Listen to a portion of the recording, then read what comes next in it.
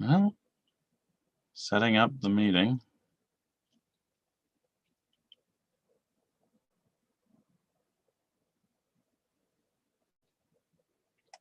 Okay, we're live. All right, great. So the time is 6:33. I'm going to call this meeting of the Newcastle Planning Board to order. The date is November 19th, 2020. And looking at our agenda, we have minutes listed here for September 17th, 2020 public hearing. We also received in our packet the minutes from the August 20th, 2020 Planning Board meeting that are still in draft. So if enough of us who were there have had a chance to look at those, I would entertain a motion to accept those minutes first, since they're the oldest minutes. Do we have a motion to accept the minutes from August 20th? Moved. Do we have a second? I think, Peter, it was just you, me, and Nick, and David Bailey, so moved and seconded. Okay. Any discussion about those minutes? Anything either of you saw that needed fixing? Okay, great. So all in favor of accepting the minutes from August 20th? Great, thank you. That does that one. The minutes of September 17th, 2020 public hearing. Let's go ahead and have a motion on those. Do we have a motion to accept those minutes? Moved. Do we have a second? I think, yes, Peter, you were there. Yeah, okay. So is that a second, Peter? Peter McNaughton? Yeah, great. Hold on a second. Oops. Are you sure I was there? It says you were there. I think you weren't there. No, I think I was in Washington. You were not there. Okay. Last planning board meeting I missed. We don't have a quorum of members who were present at that public hearing to approve those minutes. So I think we should table those minutes until we have a quorum of members who were at that meeting. So a motion to table the minutes from September 17th. Moved. I'll second it. All in favor of tabling the minutes?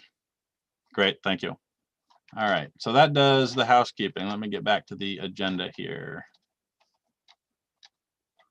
Okay, so we only have one application for Paul and Pauline Holloway for Coastal Boat Works. I'm gonna, hold on a second, I gotta close a bunch of tabs here real quick. Great. Okay. Good. All right. So I sent out an email to the board members about this. Just a quick reminder about the procedure for reviewing site plan applications. It basically follows exactly what is in the approved planning board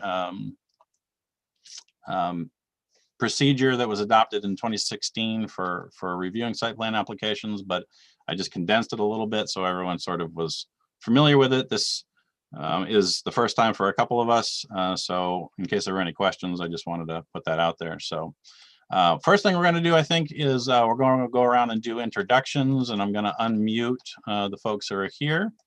How do I just unmute? I have to ask to unmute? Is that right? Bear with me, guys, just a second. There you go. Okay, there we go. All right, Bucky, there you are. And okay, great. And is there a way for me to unmute all? Again, guys, bear with me. I'm not as familiar with this side of the. There should be a way to unmute everyone. Unmute everyone. Yes, it should be like one. If you have the control panel. Done. Yeah, it just says ask to unmute, which is interesting. Yeah, so it gives us the option. Okay, there we go. Great. Oh, right, because some people might have muted themselves. Okay, perfect. All right, everybody got it. Great. Okay, so I'll start. My name is Ben Fry. I'm the current chair of the Newcastle Planning Board. We'll go, I don't know, we'll go, Bucky, go ahead and introduce yourself. Hi, my name is Paul Holloway. Everyone calls me Bucky. I'm here with my wife, Pauline Holloway. We're at the office at 1150 US Route 1. All right, thank you. Go ahead, Kevin. Hey, I'm Kevin Houghton, new on the planning board. I'm a resident of Newcastle, and Great, thank I you. was on- I Thank was you on for volunteering to be on the planning board, Kevin. Much appreciated. Nick, go ahead. Nick Buck, Vice Chair of the Planning Board. I don't know, this is my second or third term of the Planning Board. Yeah, I'm here in Newcastle. I can't remember if it's you or David who are currently the oldest serving members on the planning board, but thank you to both of you. Next on my screen is Peter. Peter McNaughton, Newcastle resident. I'm an alternate on the board. Right? And then David Hewitt. Mike, we're having problems with the microphone. Yeah, I can't hear you, unfortunately. Okay, I'm not sure what to do about that. All right, well, I've got George and Jess there. Hello, George. I don't think I know you. I know Jess. I'm Jessica Holloway. I'm Bucky and Pauline's daughter and George's partner. And I'm a professional landscape architect, and I've done a number of, I've presented a number of plans to the planning board over the years. And most currently, I've done a plan for Bucky and Pauline. Great. The one I believe you're reviewing. Wonderful. Thank you for being here. Okay, great. Thank you for that, everyone. I still don't see Ken popping up, so we're gonna continue without him. The next thing on the list is to review the application for completeness, and I was hoping Ken would be here just to confirm all this, though I did speak with the town manager, John Duke, to talk about whether we had completeness in terms of payments, fee schedule, notice, and the appropriate documentation and stuff like that. And he indicated to me that everything was in order, and Ken had processed the application in that fashion. At least all the paperwork was submitted. So, oops, oh God, hold on a minute. There it is. No. I apologize. Ben, while you're checking on that, George knows me, but Bucky, you don't know me. I'm Peter Drum. I'm the town attorney. Sure, I know you. I've been at one of the meetings. Oh, okay, gotcha. Great. Sorry about that, Peter. I apologize. Didn't mean to skip over you. No worries. Always a bridesmaid, never a bride. Okay. So I'm going to put us all back on mute here real quick. And great. And then, all right. So everyone received the stuff I sent, or they should already have a copy of the performance standards checklist for the application. I think we should probably just go down through this and make sure, everything's here. And if anyone has questions as we do that, please raise your hand and I'll try to see you, and we'll go right through it. Okay, so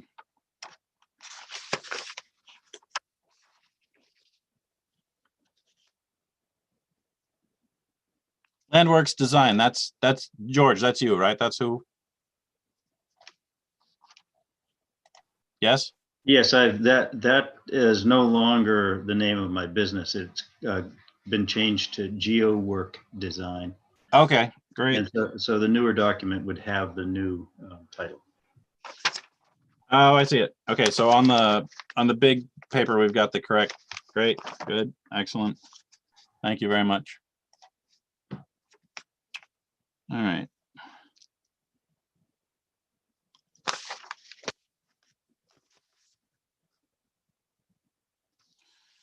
So the procedure outlined, and I'm just going to pull that up real quick, is to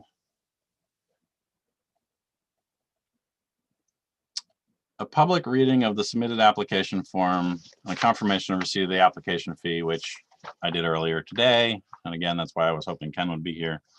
But the application form inclusion on Newcastle Planning Board agenda is for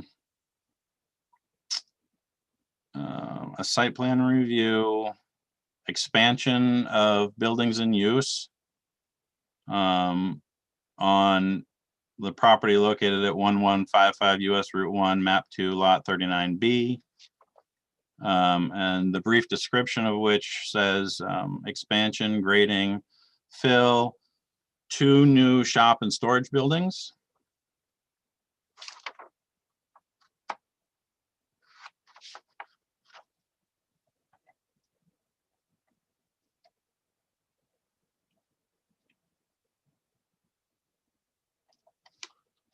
So I guess before we get any further, Bucky, would you like to give us a description of the proposed project and what it is you're looking to do, and just give us a brief overview?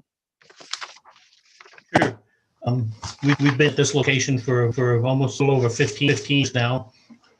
In that 15 years, our original site plan approval is for 3 buildings. We now have 4 buildings here. 2 of them are heated, and 2 of them are storage buildings. What we're proposing is to build a new storage building. I guess it would be one of the existing storage buildings that are there now. And so that would be one of the new buildings. Then there's 2 existing storage buildings that we're proposed to add additions to the back of for more storage. And then over to the left of the lot, heading south, we're proposing a new building in that area. When we bought the property back in 2006, we were told that when Route 1 was built, most of the demolition and the fill stuff was put in that lot. You drive down Route 1 and you're facing our property in the main entrance, you'll notice to the left of that main entrance a cutaway or a curb cut. We're proposing to use that curb cut just as we had in the northern end of our property as an emergency entrance. We reviewed that with the fire chief, and he thought that was a great idea. So I guess that's pretty much in a nutshell. We are really kind of looking to excavate or knock down the hill and get ourselves more storage. We've also included a directive from the DEP that says we're allowed to fill a little less than 5 square feet to the right of the building 4 in that wetland. Yeah. Anyway, that's pretty much it in a nutshell. Great. All right, thank you very much. You're welcome.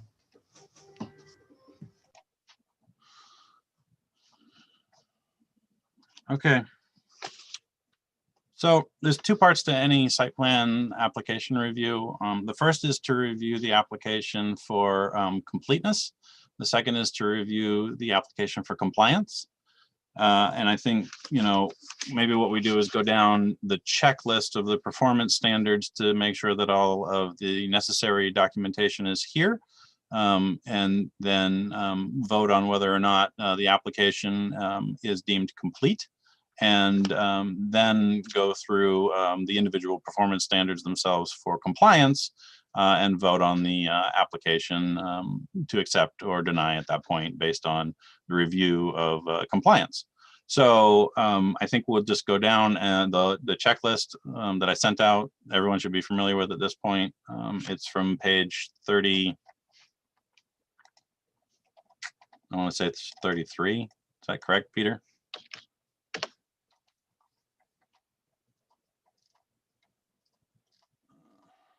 It starts on page 34. Yeah, 34. Okay. All right. All right, so, and what I'm gonna do is just kind of go down the list, and then kind of see if anybody has anything to say, and we're gonna discuss it for completeness.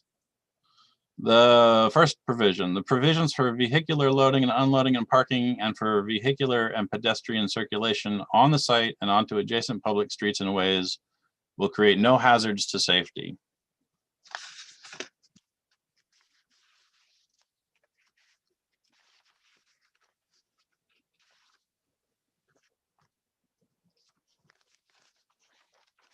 Actually, one thing I do want to say before I get right into this is actually a really well put together site plan application. It's really well done. It looks great, and I really appreciate the narratives. Sometimes that's the difficult part people seem reluctant to include, and I don't know why, but it does help. So under item I from your submitted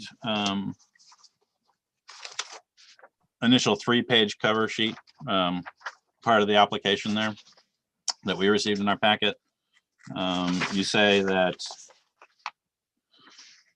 safety and emergency, fire and emergency access as a proposed on the site plan were approved by the Newcastle Fire Chief during review of the proposed site plan on October 27th, 2006.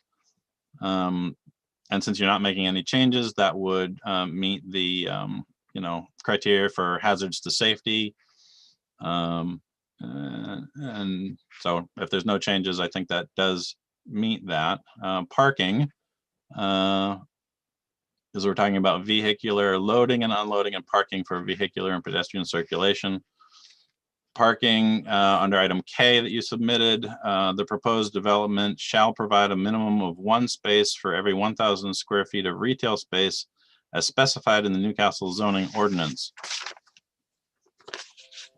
So you addressed that. One of the things I didn't see, and let me just go and check real quick here. All right, flipping around with a lot of different PDFs.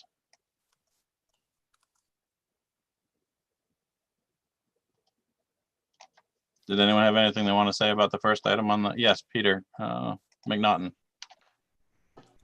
I just have a question about the parking over at the retail space and vehicle traffic generally. The retail space, what is that going to be retailing? What is the plan for that? Boat parts, engines. Can you get Bucky unmuted? All right. Yeah, we're proposing to sell some boat equipment, used outboards and boats. We've sold a lot of boats here in the last 15 years, and we're really hoping to expand the parking and the facilities to park more used boats in the office and the new building.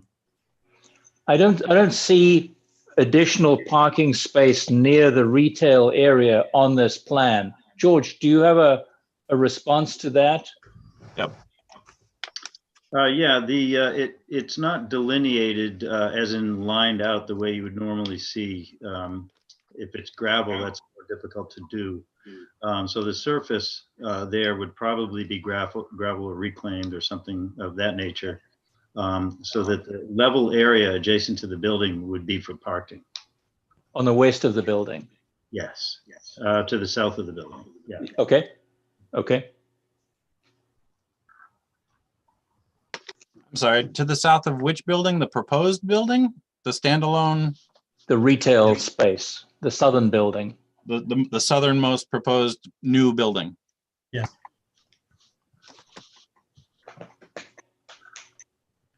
Okay, now that I'm oriented, can you explain again where the proposed parking was going to go? Okay, so looking at the plan, let's see. The retail building is to the south of the entrance, and so it would be the level area. Right now, there's quite a hillock there, a small hill that would be leveled out and pushed back and rearranged in such a way as to expand the level area for parking. So if you're looking at the grades there, you'll see that that's a level area to the south. If I look to the south, I see contour lines much closer together, but to the northeast of the, let me just see if I've got this orientation right here. I don't see a north-south. We're going to, oh, there it is. Okay, good. So the northeastern side where you would access from the actual entrance to the property is slightly graded up to the hillock where the retail and apartment space is going to be. But then all the way around that building, there are contours very close to each other.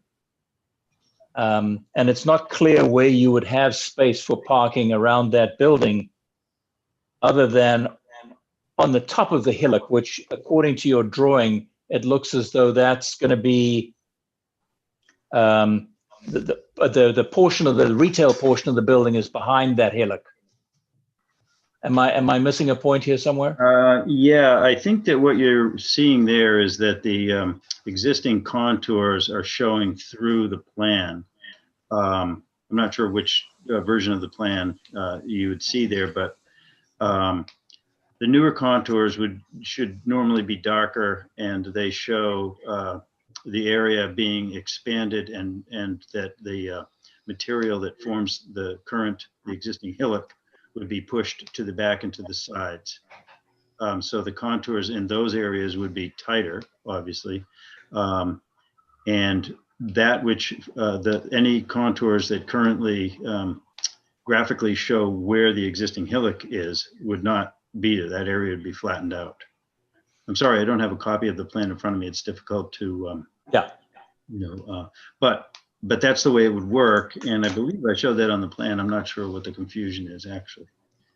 I think probably what the confusion would be, if I understand your question correctly, that the existing contours are showing through, and that's what you're commenting on the existing contours rather than the proposed contours. There should be a legend there that distinguishes.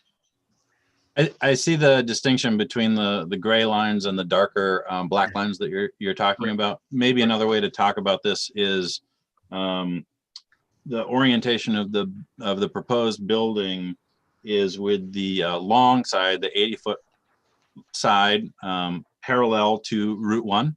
Correct.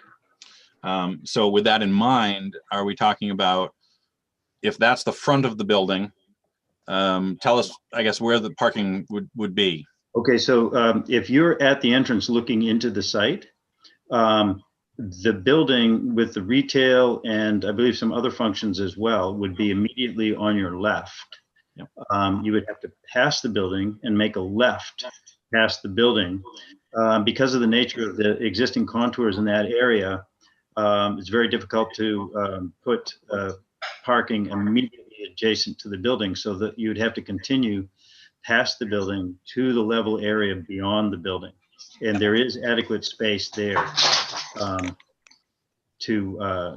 for several vehicles.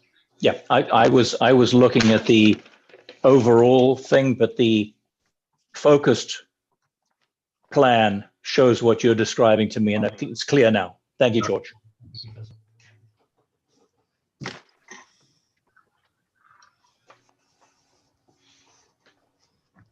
Bucky, I think you're unmuted already. Okay, yeah, Bucky, go ahead. Sorry. Yes, the plan is, and according to the standards, we have to show the grade levels every 5 foot contours, I believe. That's how you see so many of those lines.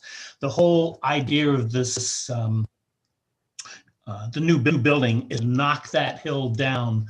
So we're shooting for the finished floor level of building one that I'm in now is within a foot or two of the finished floor of the new building.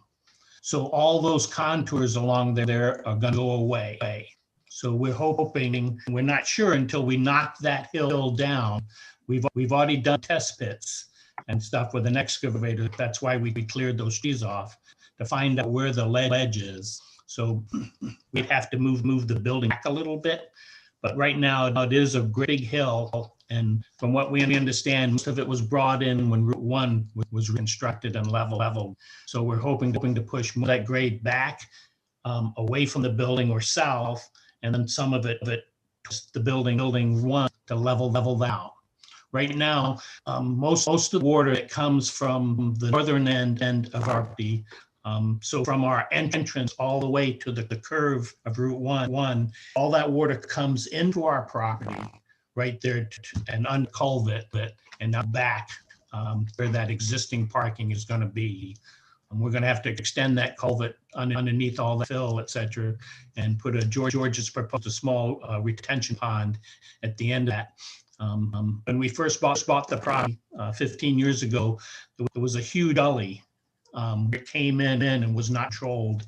We control it now a few riprap checks and a small retention overflow that is pretty easy to see if you walk right. George is showing some of that on one of the plans. He's delineated a lot of existing stormwater, all the checks and buffer dams put in, and managed the water quite well here. It's really worked out real well. We've let a lot of the site vegetate itself, so some of it's gone. You can't really tell a lot of it, but it's all there and it's all working. I hope that answers your question. Peter McNaughton, go ahead, and then Peter Drum. Looking on the sheet number S-1, the grand plan, there's a side view of the retail building with just the second floor essentially above ground level. That's what you're planning for? You're not planning to take that hillock completely down to the retail below section as well. Is that correct? George is waving his finger. George, go ahead. Yeah, it has to do with the setback. There's a setback requirement, obviously, and the zone from the setback to US Route 1, the idea is to maintain vegetation, existing vegetation within that area, or at least to prune it relatively lightly. So yes, we do have to build into the hillside on that one side there. And that's the purpose of the section that you're referring to. Got it. All right, thank you. Peter Drum. Thanks. I just want to make sure that I'm looking at the right stuff. So we're in District D, right? Correct. And it looks like a retail use, storage. Are those the only two uses? There's an apartment as well. Yeah. Oh, and a residential? Yeah. Okay. Okay.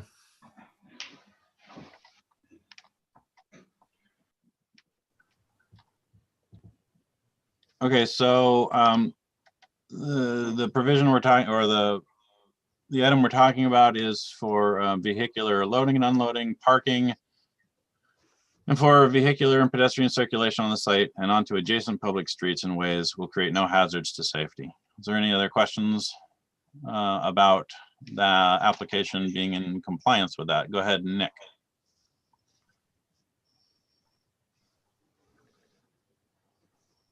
Well, it's just, I can't see on any of these where there's actually, where the curb cut is actually, I can see the main curb cut, but I can't see, how the parking area, I get the contour lines. I get the blow up of the contour lines, how they've been flattened out, but I don't see how the pedestrian ways or the driveways are really outlined on this. I get that there's a flat area to park cars, but normally we have the driveways are delineated and we have parking spaces that are delineated. And with retail space and I'm not exactly sure what the square footage is but there should be, delineated parking spaces. Whether they're gravel or macadam is not the point, but it should be marked so we know how many cars can fit in that space. I mean, that's all the plans that I viewed before have that. Okay. It's a spatial calculation is the way it actually works. 60 feet across is kind of a minimum for double loaded parking on a 2-lane access. Generally speaking, if the character of the boatyard now is, gravel. I mean, you can pull in and park anywhere that there happens to be space. If that's a relatively minor request to superimpose an arbitrary parking arrangement on there. I mean, certainly that's easy enough to do. Yeah, it's not that really. I get the arbitrary part that it's a boatyard, and there's you can park in many different places.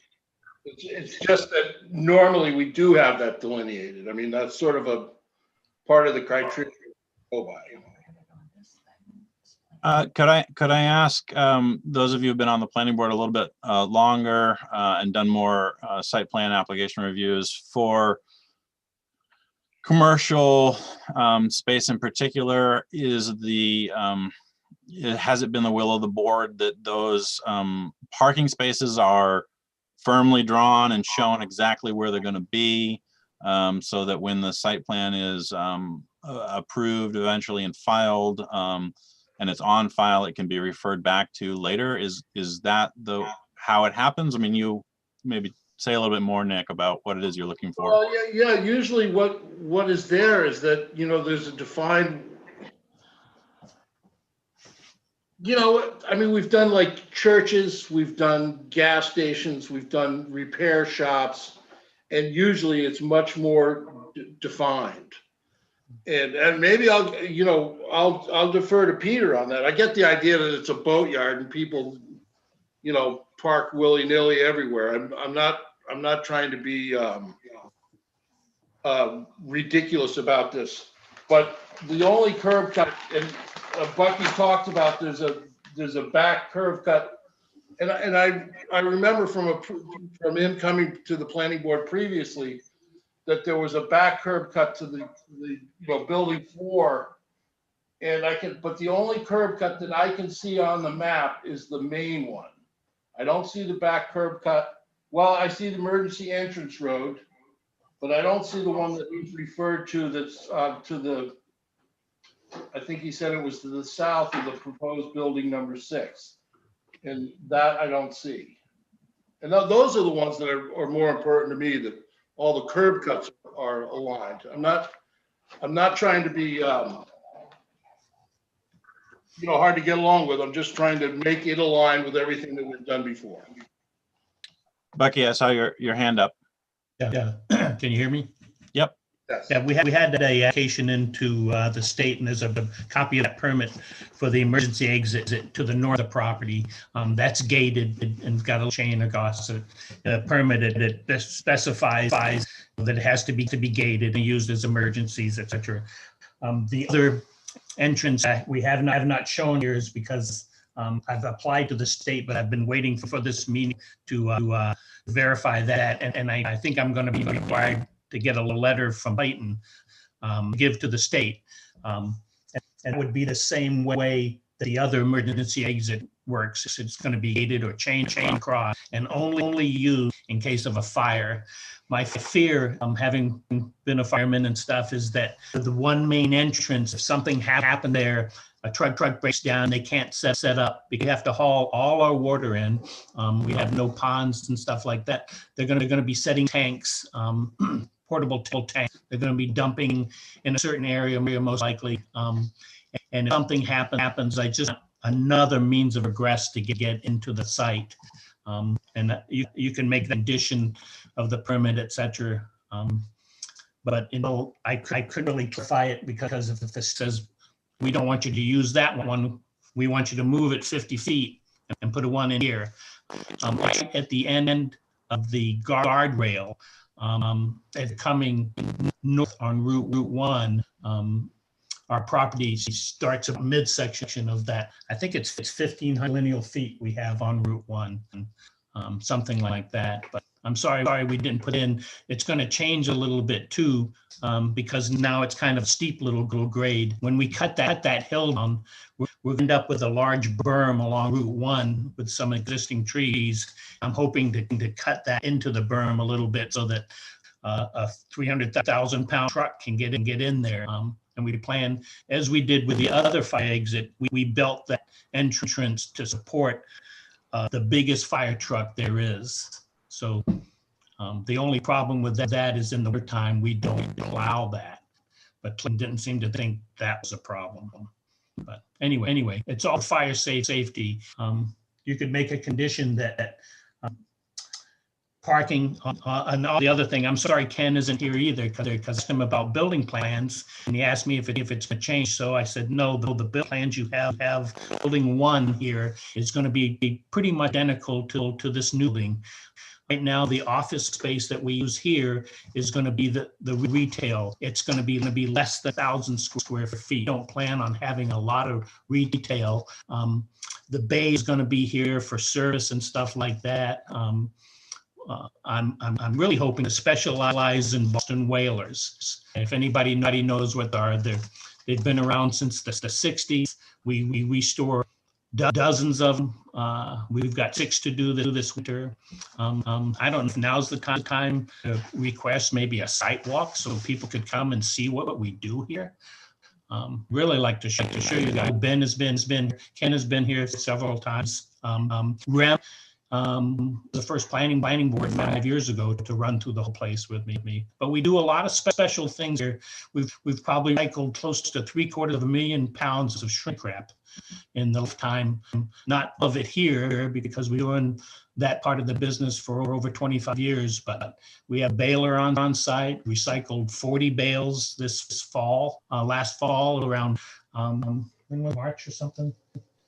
Anyway, we capture all the water. One of the problems with this pen that I saw the other day, I said, oh my gosh, we didn't show the recycling bin where we actually pressure wash the bottom of a boat, and when we contain all that water is mandated by the state, and Governor LePage came in and wiped all that stuff. But by then we built the system. The other thing I'd like to do after looking at this plan and talking to my kids, I'm thinking more about adding an addition to this building, one, because also as we winterize engines, I like to capture all the water that we use to run outboards. Anyway, this whole plan is kind of the next 5-year plan. This is what I'd like to do, and it's the same approach that we made back in 2006. We're going to build this building right away and start our business, and as things grow, we're going to build a storage building. We're going to another building. So anyway, I'll shut up. Too much information? No, it's great. The only, I guess, the question or concern I have is, it sounds like perhaps there are some elements to the drawings and the application that were either in flux at the time that you submitted it, or we're waiting on some things, and so I'm unsure that we could. I asked Ken about that. And he said that he had copies of those drawings, and I thought, I know you have. I have some too. He says he didn't. That was a problem, and because I mentioned him verbally that everything's going to be mirror what this is. Small retail. We don't do a lot of retail. I don't want to do a lot of retail.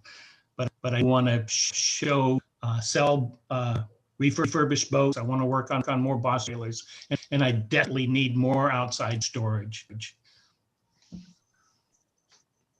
Okay, that all sounds Cool. That sounds great. I'm just, my concern is actually that we're trying to process an application that sounds like it might be a little bit of a moving target.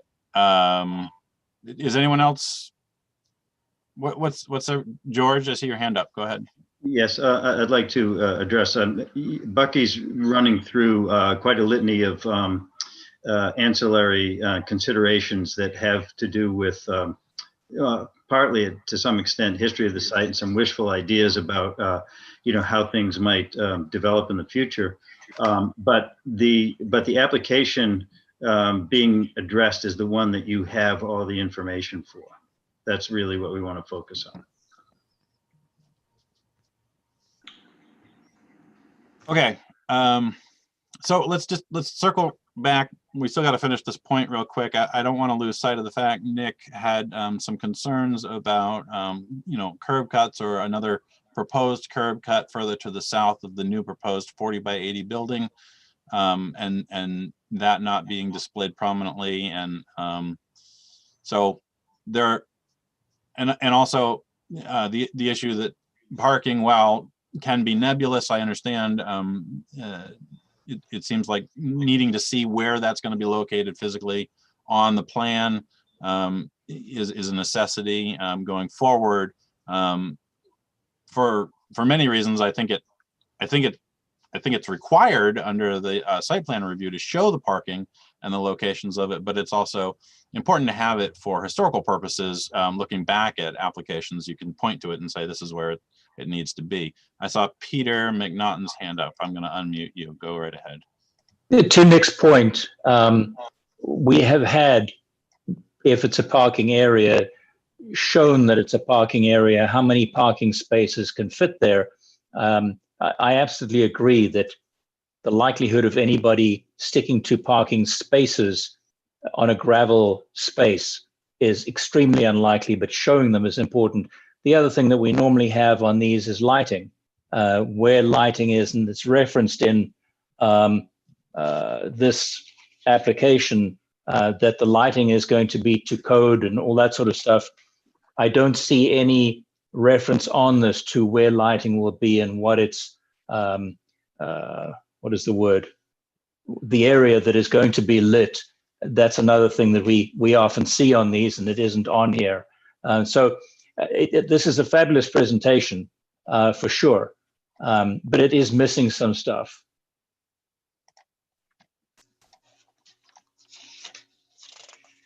Okay. Go ahead, Bucky. Just a second. I'm going to unmute you there. Go ahead. Yeah. The original application, it's all delineated in that. I was hoping, and I'd emailed Harriet today only to find out that she's no longer there, but I was hoping that you'd be able to put up the original application, those, the lighting. We have no lighted signs or anything like that. The original application, all we do is flood with motion detectors all corners of the buildings. One of the storage buildings has some aerial lighting, but all of them have motion detectors at the entrance doors. So none of the lighting other than the front of this building is a 60-watt bulb that we keep on at night. If you come with your car in one of the motion detectors, a light comes on. So I was hoping that plan would be on that, because the plan also showed the vegetated in the setback and what the planning board in 2006 approved, the trees and how many trees we could cut and where we could cut them and kind of stuff. So I'm kind of at a loss here because that plan wasn't brought up. But did you hear that, Ben? Did you Unfortunately, no. And yeah, you're right. It was this week that Harriet resigned, and so I'm not sure. Honestly, I haven't been into the office. I don't go into the office. I try not to go into the office for obvious reasons. And I didn't get any communication via email about any of that. What I do know, though, is that regardless of any prior permits or applications, each permit and each permit application is required to stand on its own. Okay. So I think what Peter McNaughton is getting at is that even though you were approved for a certain lighting scheme or a certain landscape scheme under your prior permit, that would apply to the buildings that are built on site now and wouldn't necessarily translate forward into any new proposed structures or expansion of existing structures. We would probably need to see new information about how to treat those aspects of the permit for those new buildings. Okay. Yeah, because it doesn't have anything to do with precedent or prior permits, or I'm seeing a headlight in my, that was bright, sorry. So that might be something that we would need to see as well on the big topo, or maybe as a separate layer with like the placement of the buildings, what is the language about the spread of the cone and the foot candles? I mean, it's all delineated in the ordinance about what the levels are and stuff like that. But without any of that information, there's no way to actually review it. So I think what we should probably do is, at this point, we already know we're going to need a couple more things, but let's continue down the list, the performance standards list, and keep going with the application. Is that copacetic with everybody? You bet. Nick, you look like you've just returned from the archives. Hold on, you got to unmute there.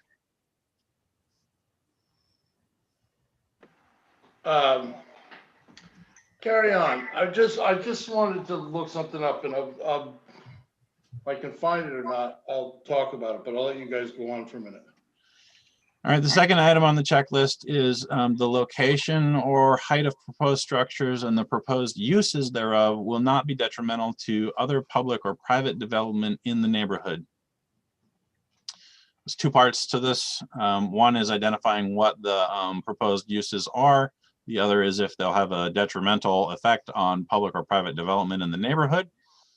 So the neighborhood being the district that it's in. The uses we know are, if I understand this correctly, there's one dwelling unit for a new apartment in the 40 by 80 building to the south. There's a use for a retail space which will occupy the space that the office currently resides in. Which means I think then there's also, if you're moving the office to the 40 by 80 building, is that my understanding? Thinking about it, we're not sold it yet. I don't know that qualifies as a change of use or a new use. You've got an office use now. Putting it in another building, even though it's a new building, I don't think qualifies as a change of use. However, the other buildings, the expansions of the buildings that exist now, and the back building, which is 60 by 60? Yes. Did I see that right? Yes. Could you talk a little bit about the proposed uses for those? Yeah, it's all for cold storage. When I had talked to you and them, there were the pop-up meetings and tour, they had mentioned that it's easier to expand on an existing building and stuff. And Tor placed the building down on the plan that I had presented to him. And I was looking at that, and it's going to be different than and we were trying to get something that fit in that contour because of the CMP right-of-way, the way that goes behind us and meeting that SAC and stuff. So after further thought, it's just going to be cold storage, dirt floor, gravel floor, just like Tor basically, but this one's going to be wider to fit better in that space, not as deep. So there's going to be that boat storage use in both of the expanded buildings and in the new 60 by 60 building. Yep. And the 40 by 60 building will only contain an apartment, an office, and that's it? Well, have a whole bay the length of the building to be able to pull boats in and work on the boats. It'll be a heated building. The whole building will be heated with some heat. So that's a shop? Yeah, That's a shop. yeah, Just like one. yeah. Like 1 in 3. Okay.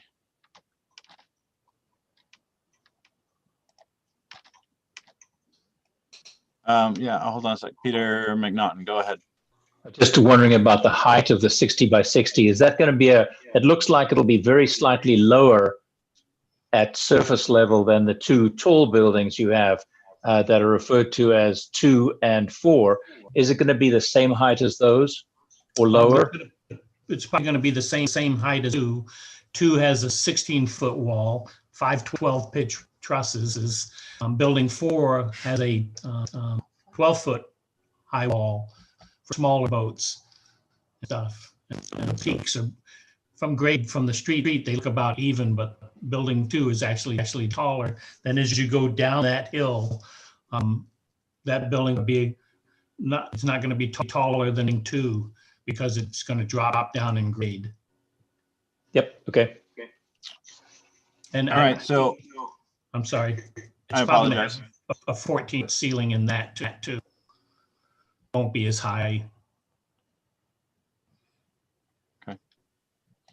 All right, so just for compliance, to understand the uses that we're talking about, we've got in the use table under District D, dwelling not mobile is permitted, yes. Then scrolling down, we come to retail and service establishment is permitted under a special exception in District D. And then I believe you're talking about a new shop in that 40 by 80 building to the south, which would under the use table be classified as light manufacturing, I believe. I think we should go look at the definition for light manufacturing to double check that real quick. Does someone want to do that?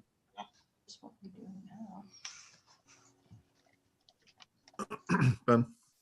Peter Drum, go ahead. I think it would be a trade shop, light manufacturing 9, and then the warehouse or the boat storage facilities are either warehouses or storage under 3 or 4. What page are you looking at? 20. 20. Yeah, but some of the pagination is different on the online version. I've got, are you looking at the definition of manufacturing, comma, light? Yeah. All right. I can't put that up on this. Well, maybe I can actually. Hold on a minute. I haven't tried to do this. Let me just see if I can do this. Share screen.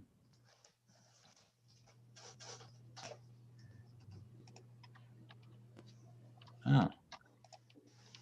Okay. I guess the question is, does it involve heavy equipment or bulk on-site raw material purchase or raw materials? I don't think boats require what I would consider Yeah. bulk Okay. materials. I'm sorry, Peter. I see a hand up. Yeah, go right ahead. Do I have to unmute? No, you're good.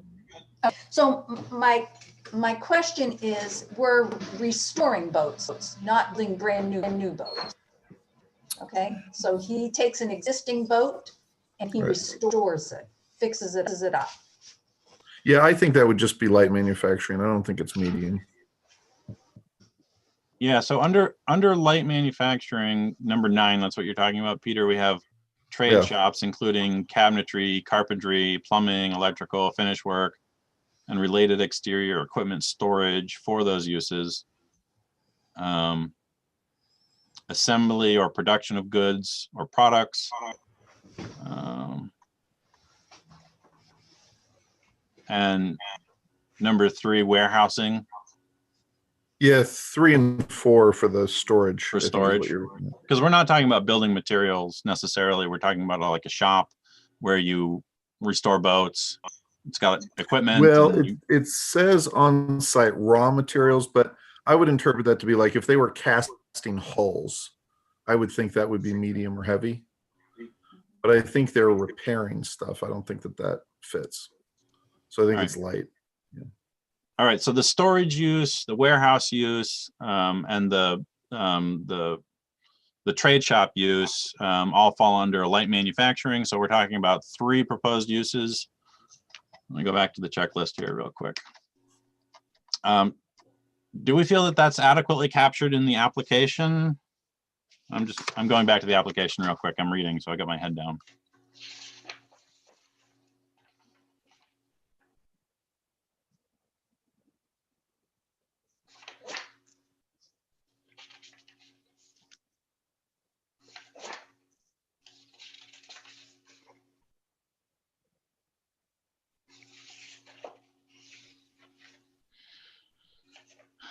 Okay, so yeah, I think it does. Yeah, so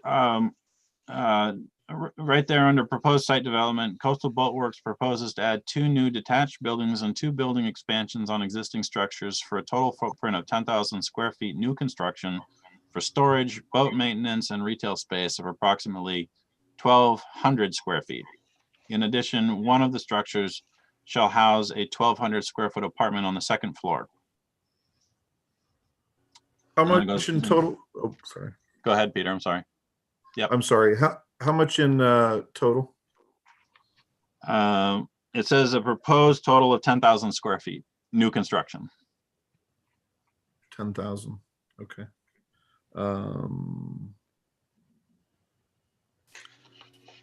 So let me just look at something, Ben, real quick.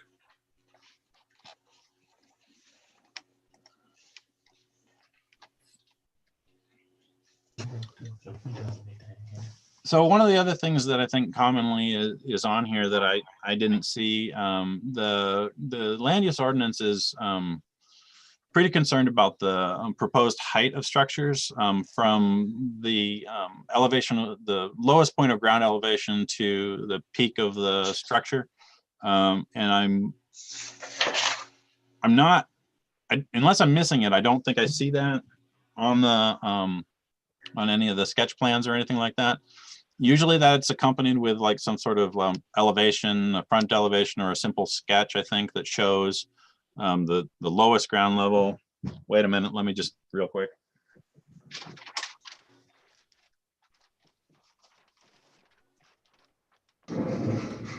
Okay, yeah, I'm remembering right on the first page, there is that one of the new building to the south that shows the retail below and the apartment above. But I think generally speaking, each of the buildings should probably have a similar sketch that shows the proposed height of the building from ground level to, yeah, hold on a second, George, let me unmute you real quick here. Go right ahead.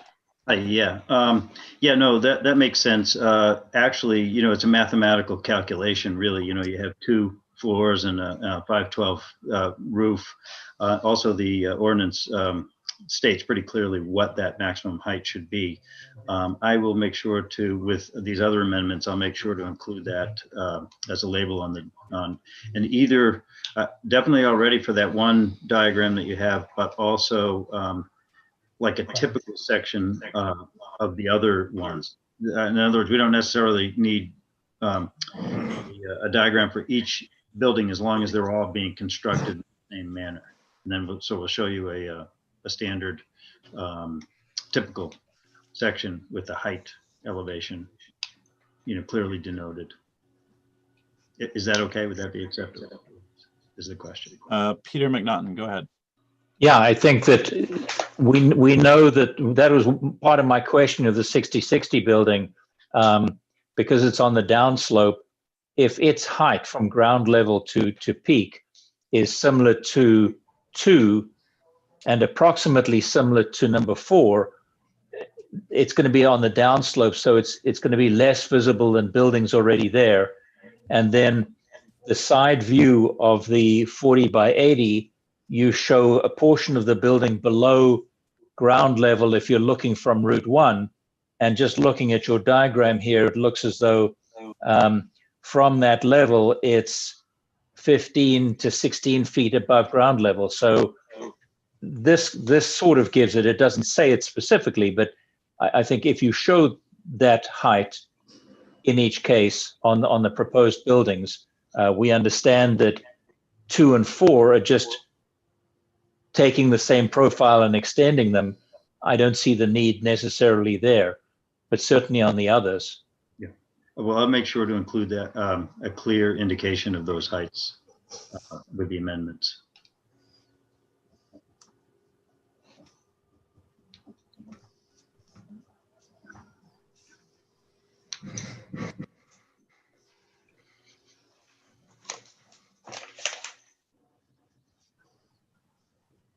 Okay. Oh, hold on a second. Yep, Peter Drum, go right ahead.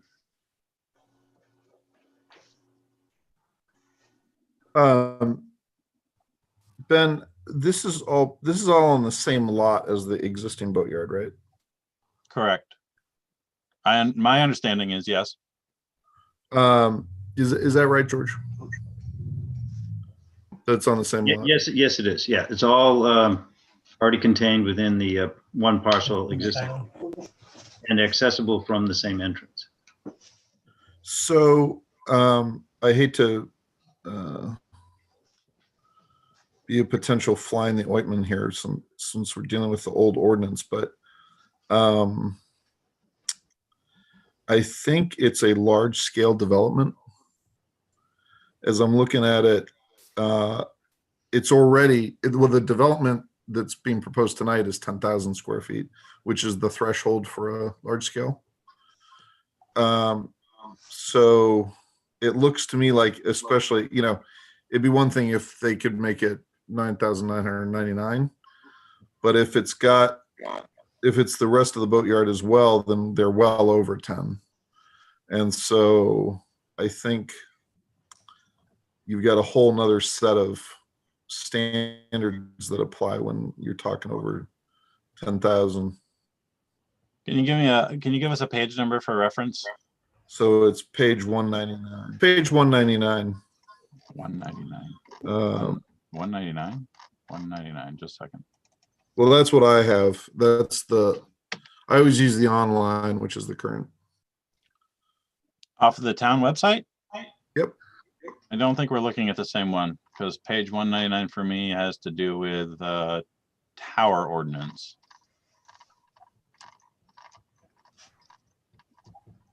This is right off the town website. All right. I have a date. I'm just double checking real quick here. Yep. Enacted March 27, 2001, updated November 2017 on the front page.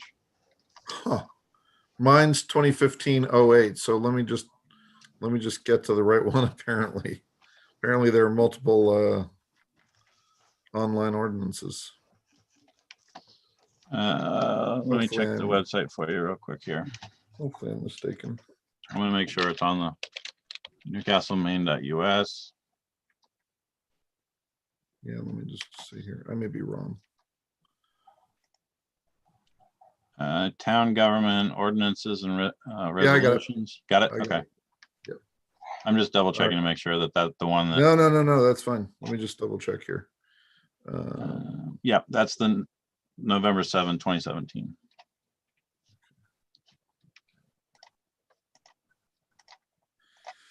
So page 215 has the large scale development regulation, which is 2,500 square feet of gross floor area, a retail sales establishment that exceeds 2,500, a non-residential development that exceeds 10,000.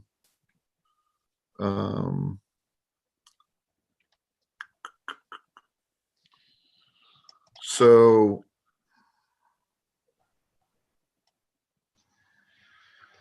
if you go back up to, Wait a minute, you're on 215.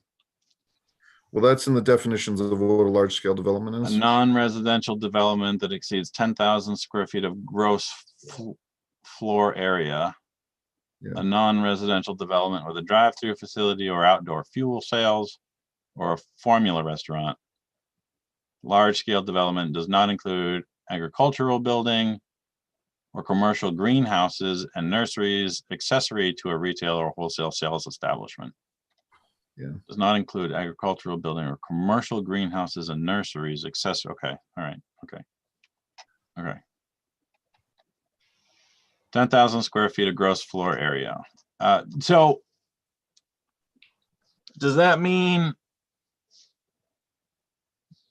does that mean the development in the application, or does that mean the development on the site? It means the development on the site. If the development on the site's over 10,000.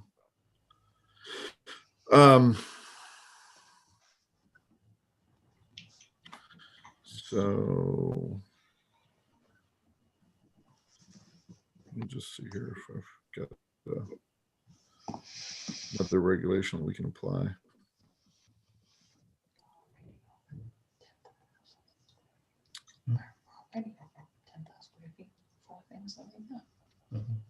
These are new buildings.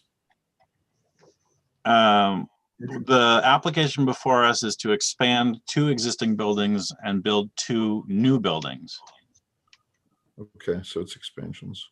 I'm gonna Peter McNaughton. I'm gonna unmute Peter. I saw your hand up. Go ahead.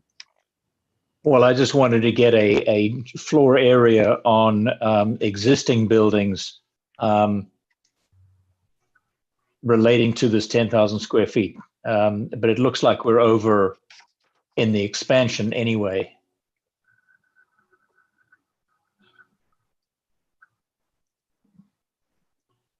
This is a great application, by the way, the description, but it says the site is currently developed with a mixture of buildings, 12,920 square feet, paved and gravel areas, 39,030.69 square feet, and natural ledge. Is that 12,920 square feet footprint or gross floor area? I mean, I guess it really doesn't matter. Footprint, I believe. Footprint. I believe so. I'm not 100% sure of that. The original calculation of that was done by Terry Layton, a surveyor that may still have records on it.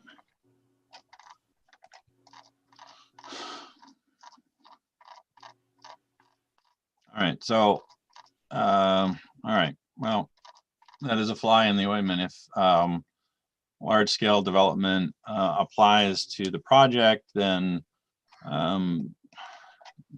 it goes.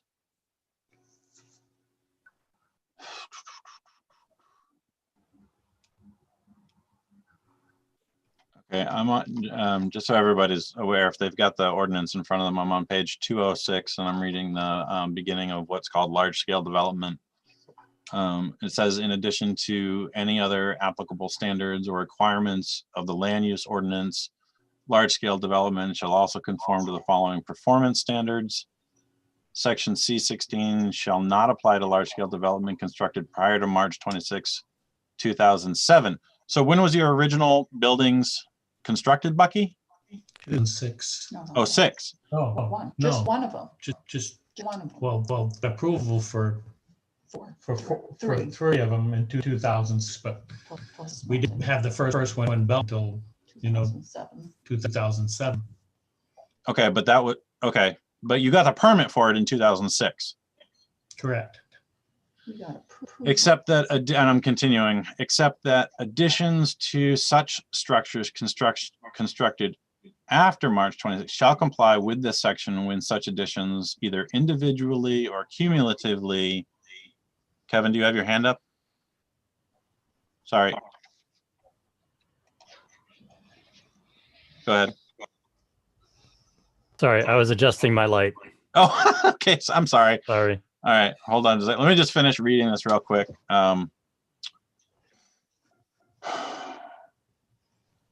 Except that additions to such structures constructed after March 26, 2007 shall comply with this section when such additions either individually or cumulatively within a 10-year period meet the threshold for large-scale development. planning board may modify or waive specific performance standards for such additions if it finds that due to the design, location, function, or layout of the principal structure, the application of specific performance standards is impractical or inappropriate. Peter Drum, I saw your hand. Go ahead. Yeah, for it not to apply, it had to be constructed before March 26, 2007. So that would be an important thing to nail down. But I still think if this is 10,000, even if only one of their buildings was not built by March 26th of 2007, they're still over. So I don't see how they get out of large scale development. So what do we have to do to meet the requirements of scale development? Well, there are a bunch of standards starting on 206, and it goes all the way through.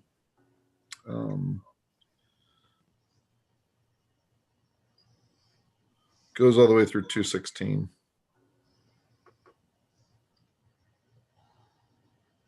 Okay, so there's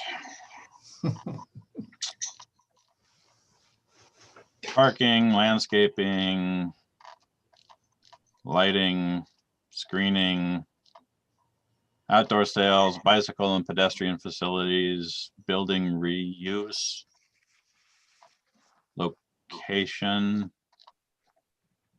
community impacts, and then definitions. How does this apply to where we are in the compliance checklist? So the standards in the compliance checklist. Well, so, okay. So first off, we're checking for, we're still checking on completeness, right? Yeah. Okay. Yeah, we're doing completeness. We haven't got to compliance. The problem is that site plan references the same types of, like it says the same standards, but the large scale development standards are different. I mean, they're not different, but they're more expansive in what they require. So for example, both require parking, but the large scale development requires more detail about parking and pedestrian ways and all that sort of stuff, which I admit is a challenge for a boatyard. But that's the ordinance, that we have. I'm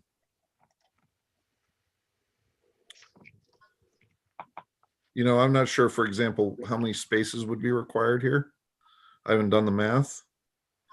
But so for example, it has parking space, parking lot spaces over, or parking lots over 100 spaces shall be segmented visually and functionally into distinct parking areas of no more than 60 spaces by landscaped and curbed medians and a minimum curb to curb width of 10 feet. I mean, that's just like one of them. So we would need to know all of that stuff, and it just becomes a much tighter site plan for the boatyard. How big is the apartment use? I just don't want to switch out of the ordinance. That's all. 1,200 square feet. 1,200.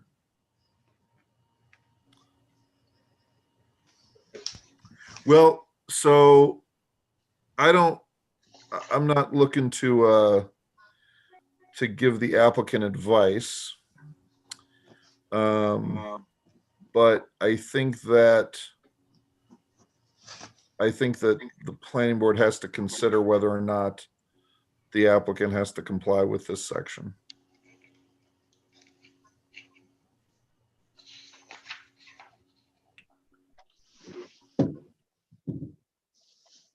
Did we lose somebody?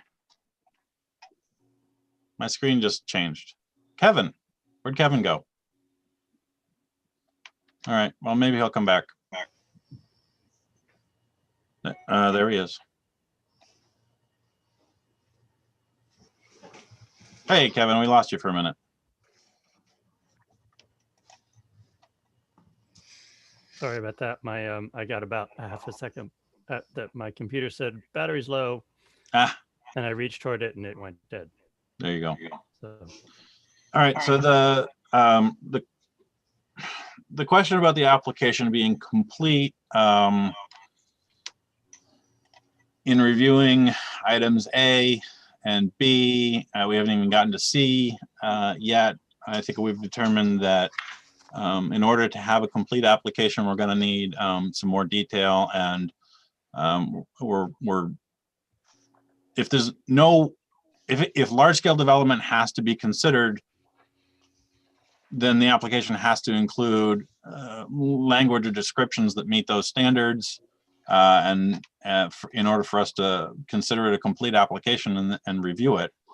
I'm just not sure what the procedure is at this point in the process of reviewing the application for completeness.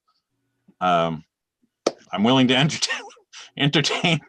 Nick, hold on a second. Let me get you. You got to unmute. Well, I get if Peter says this, it seems like it is over 10,000 square feet that March 26, 2007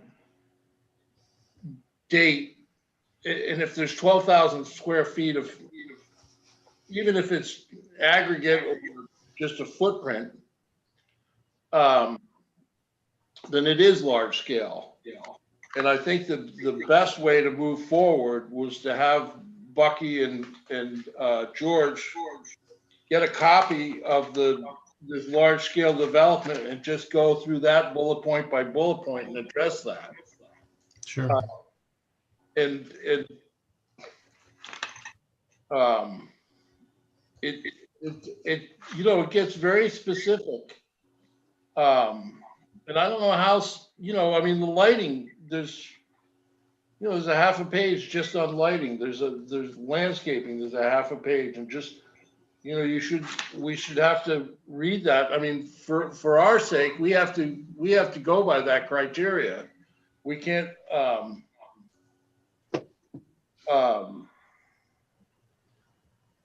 just see how this new,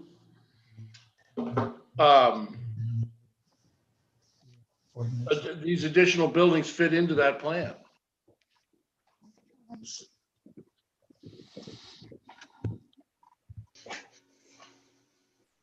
I'm sorry, George, hold on a second. Go right ahead. Yes, I'm familiar with these processes. Certainly, if we do fit into that, into the large scale development plan, I don't think anybody was anticipating that. We did take a look at you know, the regular ordinance and so on, and I understand these other addenda that we were previously talking about. So it's a matter of interpretation. I guess what we would do would be to consult with Ken again and see if we can get a clarification. I'll check all the numbers, that is to say, footprints, etc. Checklists are checklists. That's what they are, and they're meant to give you guys a fairly straightforward way of processing the information for the purposes of making sure that everything is conforming. It is a boatyard, and I suppose that some of the things that would be on that list for a large-scale development wouldn't seem to pertain to a boatyard, given that the way it's normally used. It's not a subdivision. It's not a large-scale commercial. Well, it's a commercial enterprise, but not a retail type of establishment. You know, where people are coming and going and buying coffee and 2 minutes, and then all that kind of stuff. So I'm actually I guess I'm wondering, given the nature of the business, if some of the elements of the large scale development plan do not pertain for any reason, would that kick us over into a Board of Appeals situation, or is there another way to handle that? Because I mean, I understand that we have to go through the checklist and at least address everything. But the question is, if in certain instances it doesn't apply, would that be something that we can review here and make a judgment on, or would that have to be a separate process? I think, Peter Drum, correct me if I'm wrong, but I believe that the process for the planning board has to be that we need to review, like you said, the checklist of items, and we have to follow them and make a ruling on whether or not the application conforms to the standard or doesn't conform to the standard, whatever the standard or standards are. And then if the determination is that they don't conform to the standard and it's the application is denied, at that point, an appeal could be filed to the Board of Appeals, and you could go through that process. I don't believe there's any way to directly address the Board of Appeals without. Actually, I understand. That's my understanding of the process, and Peter Drum can maybe illuminate this for us. Hold on a second. Well, So you could go for a variance. I think you are, well, you could go either way. I mean, you could go for a variance to the Board of Appeals, or you could go on appeal about the standards and why they shouldn't apply. I think it's kind of 6 one way, half a dozen the other. I think you're basically asking the Board of Appeals the same question, but you could go right now if you wanted to. Also, George, just so you know, I assume that there was a reason that you guys felt like this ordinance fit better than the new ordinance that's going to affect January. And what I would say is that the planning board, my advice to the planning board tonight is that because you've come in prior to the new ordinance, that as long as you're actively on this application, you can operate under the old ordinance for the duration. So you would still be reviewed under the same standards that are here tonight. What a lot of planning boards would do is they would deny your application tonight, but what I would say we should do is just hold it open for further information, just so that they don't run into a problem where they're getting in under the new ordinance. So, I don't know what your thoughts are on that.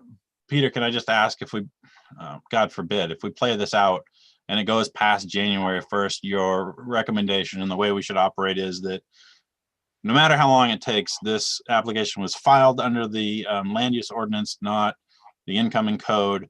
Therefore, it would be processed under the current land use ordinance, regardless of how long it takes. Right. I mean, the planning board would normally deem the application complete or incomplete, and then either approve it or deny it. Right.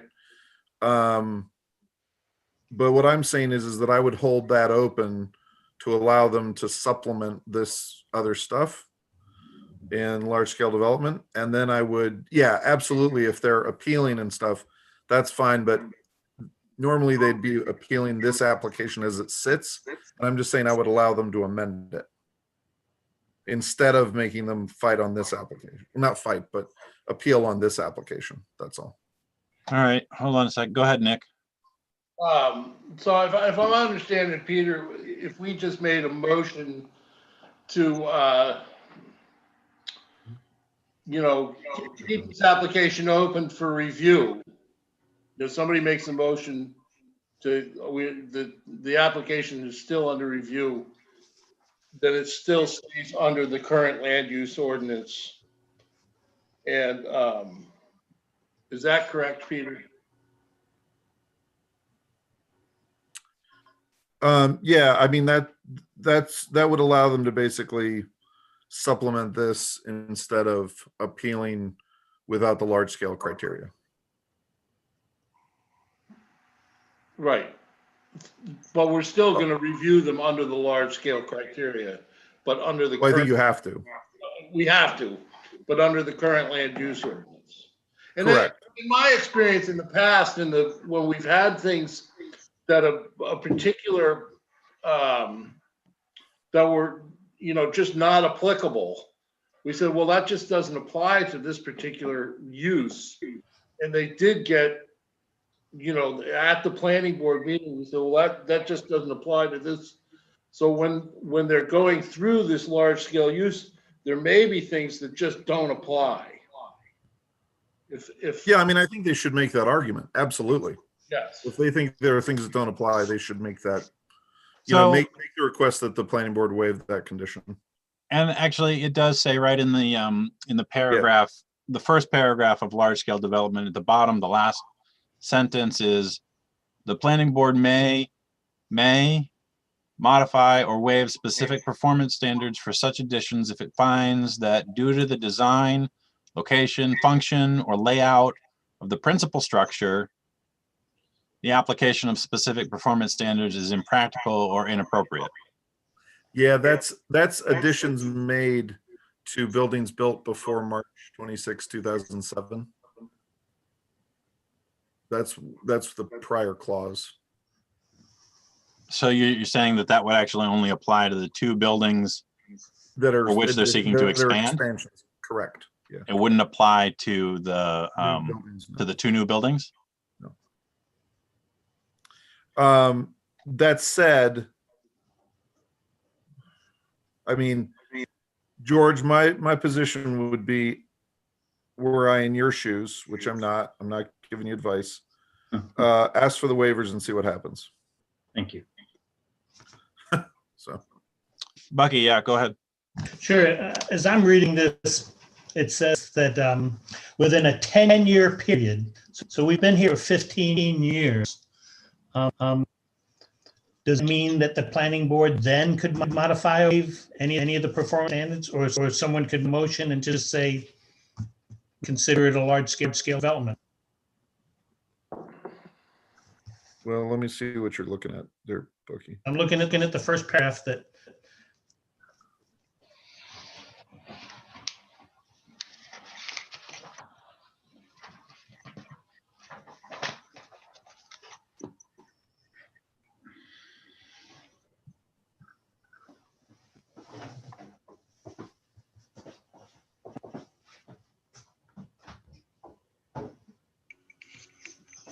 Within a 10-year period. Right. That's unfortunately within the 10-year period is when it doesn't apply rather than when it does apply. Section C16 shall not apply to large scale development constructed prior to March 26, 2007, except that additions to such structures constructed after March 26, 2007 shall comply with this section when such additions, either individually or cumulatively within a 10-year period, meet the threshold for large-scale development. So That's over 2000. yeah, I mean, your basic problem is that when Bob Fonts put this together and the town adopted it, they were not maybe thinking about boatyards. So I think that I might have to do some research for the planning board on this about how to deal with it. But I think they have to at least address it. Sure.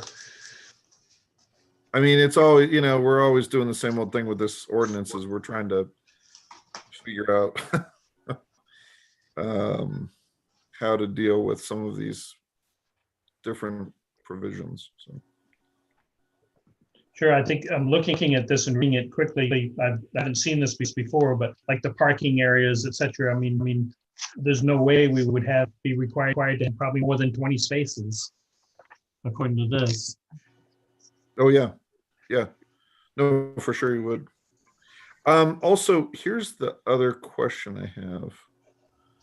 Do you guys look through the special exceptions on? Let's see. For the special exception stuff for District D.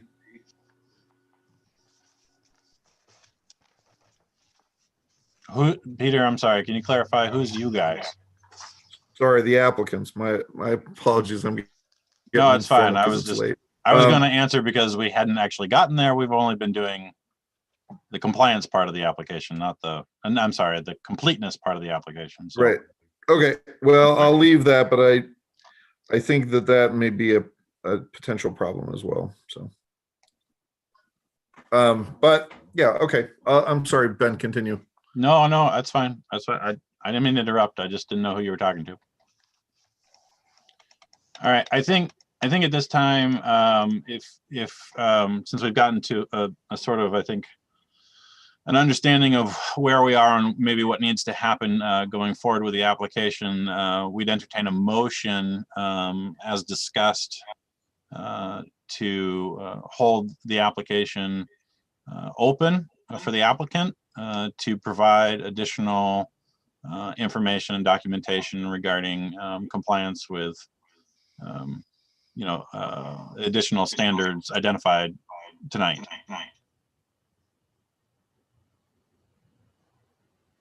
Is that your motion? Yeah, I'll make the motion. Yeah, absolutely. Yeah, sure. Yeah. All right. Second. Thank you, Peter. All right.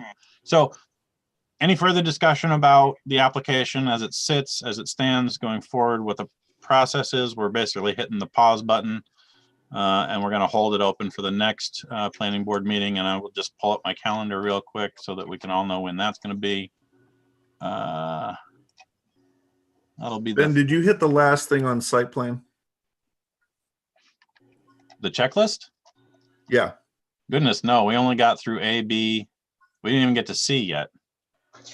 Okay. I think you should go through it just to make sure the planning board doesn't have any other questions. You want us to go through the rest of the checklist now? I would, because I don't want to have them come back a third time. Yeah, good idea. Quick question. If we do that, Peter, I mean, aren't we looking at potentially another, a more involved list of criteria? So essentially, You are. No, you are. What I'm trying to do is, so the way that the ordinance works is, I'm sure you're familiar with this kind of language, but the more strict standard applies. So since you've got large scale development as well, I just want to make sure that there isn't anything in the basic site plan chapter that you don't have. Gotcha. Thank you. And so I think it's helpful to go through the list. I'm only doing it for you guys. I mean, we don't have to, but I appreciate that. Thank you. I think it's worthwhile as an exercise just to make sure the planning board doesn't have any questions about any other section. That's all. All right, I'm happy to withdraw the motion for the time being while we continue with the checklist. So I'll withdraw the motion. All right, so we got hung up on B. Let's go to C. The provision for on-site landscaping provides adequate protection to neighboring properties from detrimental features of development. I want to just double check, Peter, you said, I think when we were looking at large scale development, that there's something in there about that. What page was that on again? I've completely lost it.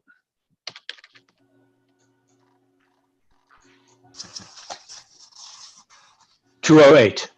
Thank you, 208. 208, yeah. 208.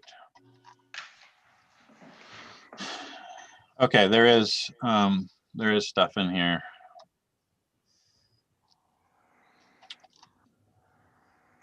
I think it's safe to say at this point that instead of going through and reviewing, criteria and standards, I think we should be identifying points for the applicant to look at. Nick, go ahead. Can you hear me? Yep. So just as an example of something that, a minimum of 30% of the building's total foundation, including a minimum of 50% along the building's front facade, shall be planted with landscaping consisting of 2.5 caliber tree native to Maine or 4 shrubs. I think for a boatyard that would be not applicable.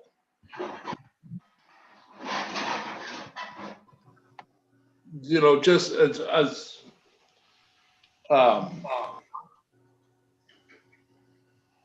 if anybody disagrees with me, so my understanding, just a real quick recap the process, Peter, I'm just trying to understand, Peter Drum I'm talking to at the moment. In specific regard to what Nick just said, we're not reviewing individual standards right now for compliance in terms of the application, because we don't have those in the application for us to review.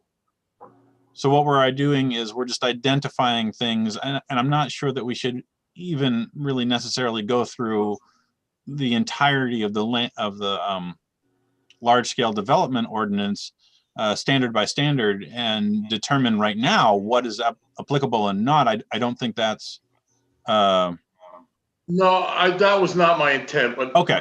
my intent was to say that if we go down through these standards lickety split and just say this, this, and this, at least we've reviewed what they have to look at. And what I was just attempting to say is that obviously for a boatyard, you're not going to landscape every building. And that was just it was sort of an attempt to say, to ease the, oh my God factor that might be developing in some people's minds. Thank you.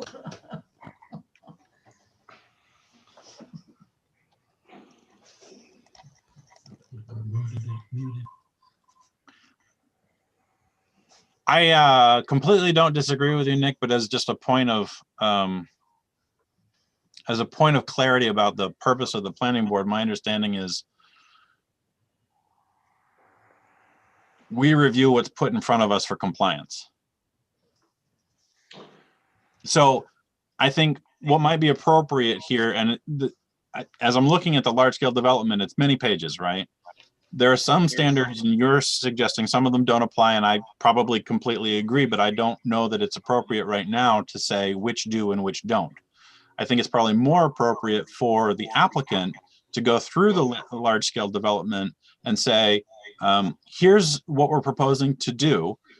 Here are the standards within large scale development that we think do apply to our project. And here's the ones that we believe do not apply, and we're seeking a waiver on those standards. That would give us a real concise checklist to go down and say, yes, we agree, we don't agree, we agree. You know what I mean? Like, and I think that's probably a more time efficient manner of producing the end result of reviewing the application. If we start weighing in about which ones apply and which ones don't apply right now. All right, I'll be quiet. No, I don't want to. No, all I'm trying to do is to that's the only example I'll go at. Yeah. Is that there are things that are not going to be applicable. I completely agree. Yeah. Good. Thank you. Okay, back to the checklist then. All right, so we know landscaping will need to be addressed in some manner greater than it is in the current application. Then item D, the proposed use will not impose undue burdens so as to exceed the capacity of the sewers, sanitary and storm drains, water, solid waste, fire protection, and other publicly owned drainage systems. That and a couple of these other ones, I wanted to just go right ahead and say, like, the documentation that you provided was fantastic in regards to stormwater management, erosion control. And so, you know, as long as there aren't standards that exceed the general standards of the general site plan standards, as long as there aren't standards in large scale development that are greater, it looked pretty good to me. I don't know, what does everyone else think? General consensus? Yes. Item E, the site plan provides sufficient information to show that stormwater will be adequately drained from the site with no adverse impact on other property or publicly owned drainage systems. I think that falls under the same category as the prior one. Soil erosion, item F, soil erosion and all other adverse impacts on the soil, groundwater, and surface water, excuse me, shall be prevented. Groundwater shall not be adversely impacted in quality or quantity. And I think, again, that falls under the same category as the two previous ones that we'd mentioned. The studies that you provided from a couple of different sources about flow rates and things like that looked perfectly adequate for what we need to review. Does everyone agree with that? Yes. Item G, the provisions for exterior lighting do not create hazards to motorists traveling on adjacent public streets and are adequate for the safety of occupants or users of the site and such provisions will not damage the value and diminish the usability of adjacent properties. I think we know from the conversation prior that there's lighting provisions in large-scale development that will need to be looked at in regards to that checklist item. Are there any other concerns from the board? Peter McNaughton? They should just be shown on the site plan. Great. Anything else? Good. All right, scrolling down to item H. An applicant has provided evidence of adequate financial capability to complete the development as planned. That was the letter we received from the bank. Thank you very much. Item I, the proposed development will not create safety hazards and will provide adequate access for emergency vehicles to the site and to all buildings on the site.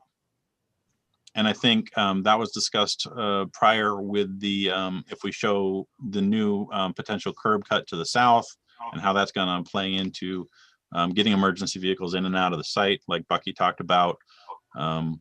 If that's shown, I think we're good as well. Any other comments, thoughts, concerns about that item? Having had the fire chief review it, I'm inclined to just agree with the fire chief's assessment of the situation because I'm not an expert in that. Item J, the proposed development will not adversely affect the use and enjoyment of abutting property as a result of noise, vibration, fume, odor, dust, glare, or other causes. Which actually I had a question of your nearest abutting neighbor. Tony. On Osprey Point Road. No. I'm sorry, speak up, I couldn't hear you. It's, I can't remember Tony's last name. He's on Osprey Point Road. Is the back of house faces the back of building 2 and 4. And I think we have an 80-foot buffer in there now, plus the pole line. The pole line is between you? Yes. It's 100 feet wide, I believe. And then close. Is he the only abutter? Is he the only direct abutter with a residential use? Yes. Was Yes. he noticed? No, but we didn't send a registered mail or anything. So I might just advise you to check with Ken Vinyl about the notice for particularly for abutting residential uses. I know that we've come up against that other times, and should they not be noticed, it could be problematic. So it might just be a good thing to discuss with him. Yep. Not a problem. What's his name? I can't remember Tony's last name. Yep. And if you hadn't have said that, it was right on the tip of my tongue too. And I know who you're talking about. Yeah, he's a customer. Yeah. I'll see if I can remember. That's no big deal. We can send him a registered notice. Yeah, right. For the next meeting. He's welcome to come. Okay, so at this point, that's all the checklist items. Are there any other comments, concerns about checklist items from planning board members in the review of completeness of the application? All right, so seeing none, I think now I'll bring forward the motion that we discussed earlier to leave the application open for the applicant to provide more information regarding the items we discussed earlier, in particular addressing the large-scale development portion of the land use ordinance, notice, and other things that we talked about. And I see Peter Drum with his hand up. So I'm going to go ahead and make that motion. And before I recognize him, do I have a second on the motion?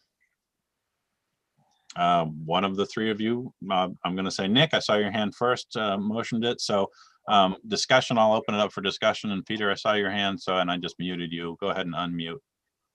That was just seconding. Okay. Yeah, no, I think you made the right motion. I'm all set now. Did I word it adequately? Thank you. Okay. We lost Nick.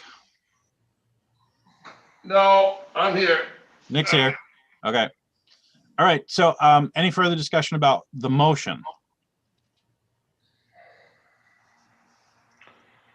All No. right, seeing none, all in favor of the motion? All right, so that carries 5-0. So we will place on the, or we will make available space for you at the planning board meeting on December 17th, which is the third Thursday of December.